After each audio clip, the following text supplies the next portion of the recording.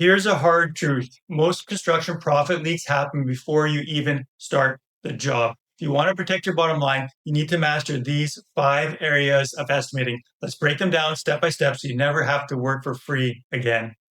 And so the first area that we're going to talk about is terms, inclusions, and exclusions. So this is something specifically that's going to go on your proposal, your estimate. It's going to include, what's the terms of this estimate, what's included, what's excluded. I'm going to give you a sneak peek behind the scenes of an actual template that we use and line items that you can plug and play right into your proposals. Let's go. All right, so I'm going to be walking you through some specific terms, inclusions, exclusions, things like that you can put in your proposals. So I like to have a little, verbiage at the top: ongoing trust, integrity, professionalism, very important to us. Just some nice verbiage there. You always want to say what it includes. So if you have any warranties, manufacturer's warranty on materials, pretty common. Weekly project updates, emails, if you've got a client portal, anything you can kind of use to differentiate yourself or things that you're already doing, but you want to highlight to the client, make sure that that's included, because the more stuff, again, details matter. The more details and things that they get as far as service or whatever in the proposal, the better. All materials, labor, supervision is typical.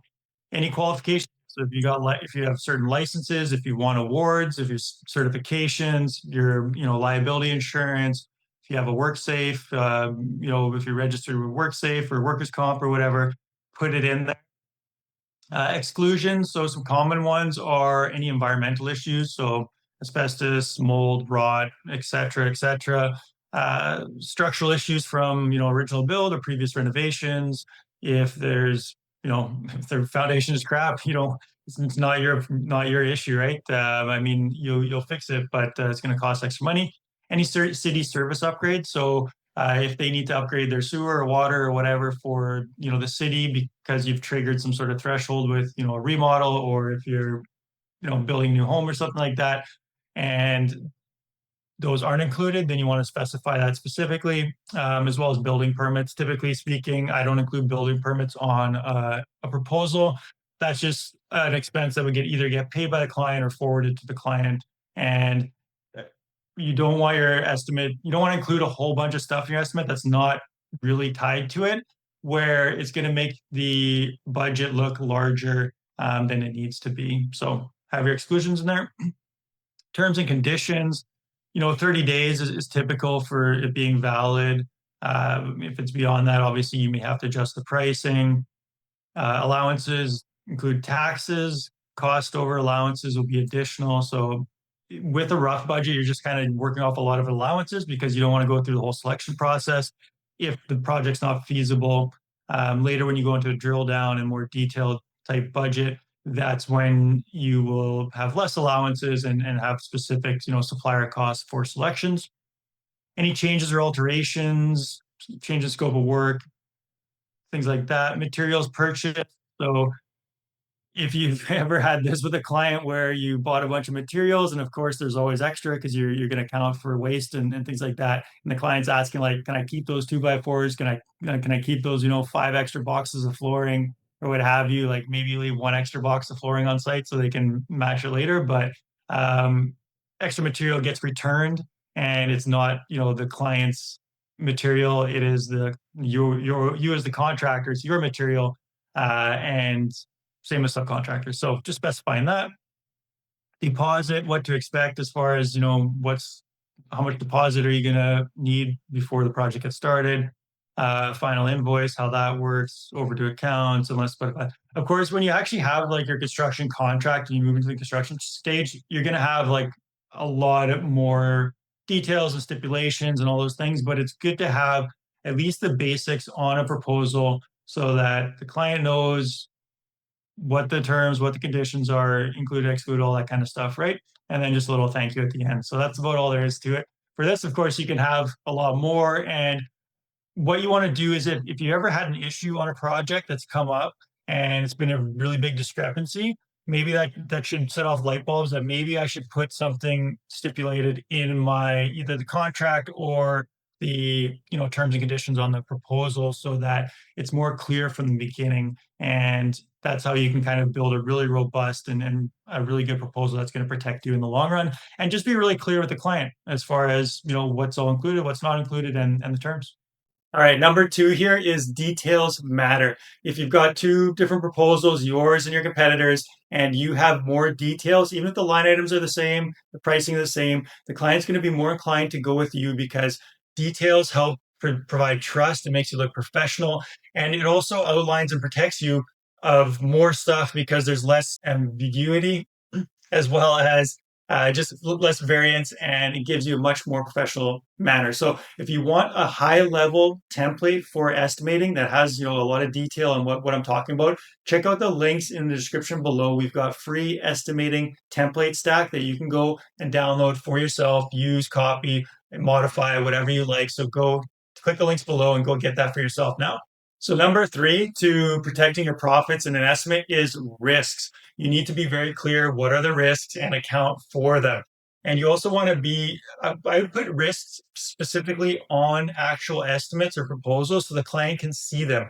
If you know excavation is going to be tricky because of the area, or it's a very old house, maybe there's a challenging approach to the property, whatever it could be, if it's something specific to their project, outline it as like risk item, whatever. And this way, at least you're setting that expectation, you're letting them know. It makes you look professional because you're telling them again about, the risks and letting them know more details and more information than maybe a competitor who's just trying to make everything sound like, oh, it's easy, project's going to go smoothly and everything. You don't want to scare the client, but any good client is going to understand that by you being the professional and identifying risks for them, you are helping them and just creating a more realistic picture of what it's going to take to complete their project. Other risks that you don't want to put on the estimate, but you want to take into account is like, is this a picky client? Is this maybe a very, is transportation to the property, like traffic going to be an issue? Or maybe it's on, the top story of a high rise building or whatever it may be, right? So always make sure that you're identifying those risks and accordingly putting that into your proposals to protect yourself. Right. Area number four is expectations. So you want to set expectations with the client early on.